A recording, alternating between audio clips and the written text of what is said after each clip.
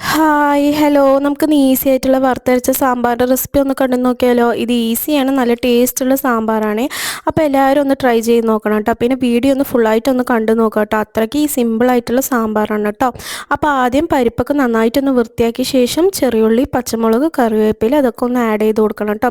പിന്നെ കുറച്ച് മഞ്ഞൾപ്പൊടി ആഡ് ചെയ്ത് കൊടുക്കുക. പിന്നെ വെള്ളം പരിപ്പിൻ്റെ വേവ് അനുസരിച്ച് പോലെ നമുക്ക് വെള്ളം ഒന്ന് ആഡ് ചെയ്ത് കൊടുക്കാം കേട്ടോ. പിന്നെ ഞാനിവിടെ വെളിച്ചെണ്ണ ഒന്ന് ആഡ് ചെയ്ത് കൊടുക്കുന്നുണ്ട് കേട്ടോ.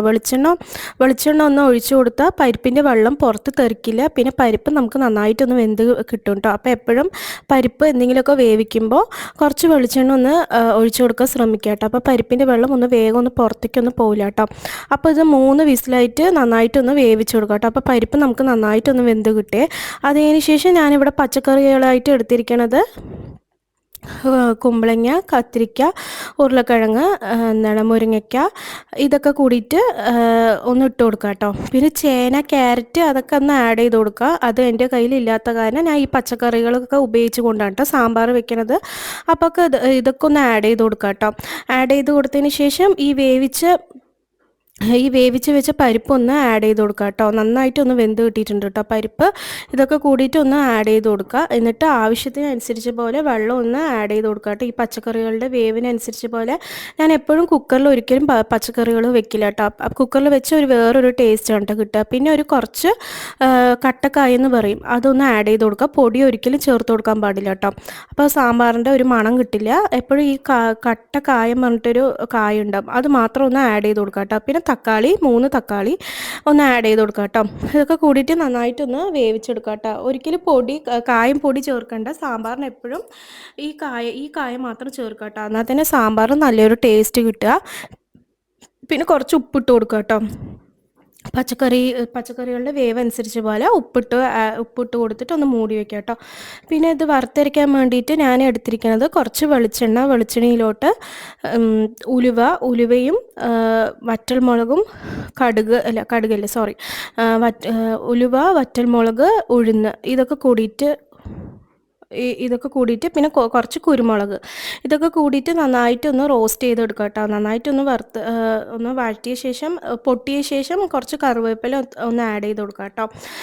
കറിവേപ്പില ഒന്ന് ആഡ് ചെയ്ത് കൊടുക്കുക. അതിന് ശേഷം പൊടികളായിട്ട് മല്ലിപ്പൊടി, എപ്പോഴും സാമ്പാർ വെക്കുന്ന സമയത്ത് നമ്മൾ മുളക് പൊടി മല്ലിപ്പൊടി ആയാലും എപ്പോഴും മുഴുവനായിട്ടൊന്ന് ഇട്ട് കൊടുക്കാൻ ശ്രമിക്കുക കേട്ടോ. ഇപ്പോൾ എൻ്റെ കയ്യിൽ ഇല്ലാത്ത കാരണം ഞാൻ പൊടിയാണ് കേട്ടോ ആഡ് ചെയ്ത് കൊടുക്കുന്നത്.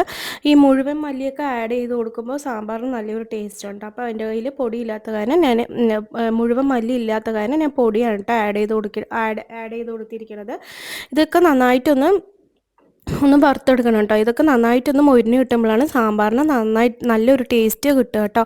പിന്നെ കുറച്ച് മുളക് പൊടി ആഡ് ചെയ്ത് കൊടുത്താൽ മതി. എപ്പോഴും മല്ലിപ്പൊടിയായിരിക്കും സാമ്പാറിന് കൂടുതൽ ചേർക്കേണ്ടത് കേട്ടോ. പിന്നെ ഞാനിവിടെ കുറച്ച് തേങ്ങ എടുത്തിട്ടുണ്ട്, ചിരകിയതല്ല കേട്ടോ. ഞാനിപ്പോൾ ഒന്ന് കൊത്തിയതാണ് തേങ്ങ.